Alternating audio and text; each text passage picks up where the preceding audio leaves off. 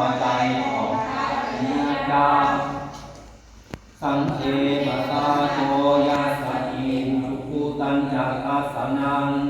ความเลื่อมใสของพระในพระสงฆ์และความเห็นของผู้ใดตรงอาตาลิโกอิตังอ